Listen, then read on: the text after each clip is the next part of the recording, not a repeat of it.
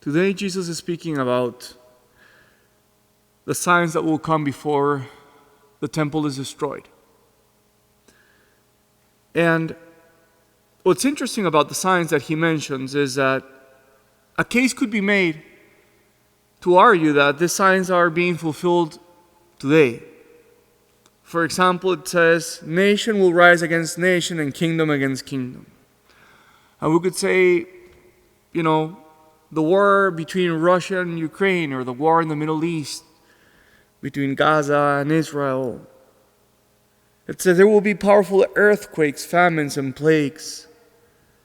There's never a shortage of natural disasters, and there's never a shortage of diseases and plagues and famines. So I think that a case could be made in saying those signs are being fulfilled right now. But the problem with making that case is that anyone at any point of history could have also made that case.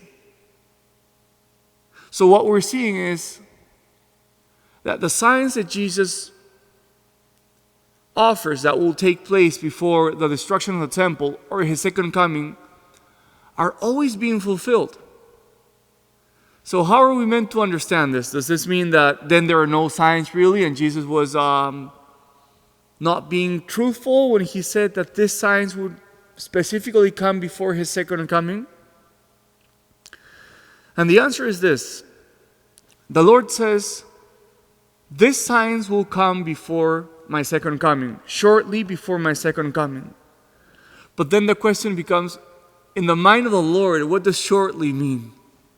The Psalm says, a thousand years are like one day in your presence.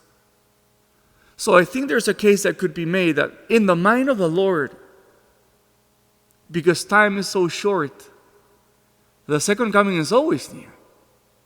And that's why it's reasonable to enumerate all these signs that are already being fulfilled. But perhaps a more practical application is that the Lord also wants us to live as if the second coming was imminent. This means that the Lord, at least one aspect that he would want us to see in our life is detachment.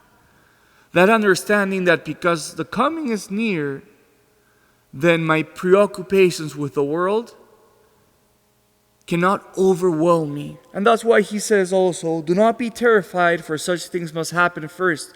He says, do not be terrified, though the signs are terrifying in themselves. So I think that today is a beautiful reminder of how we are meant to live always as if the coming was imminent. And this means that we should live with detachment, with serenity, with a certain understanding that everything in this world is fleeting.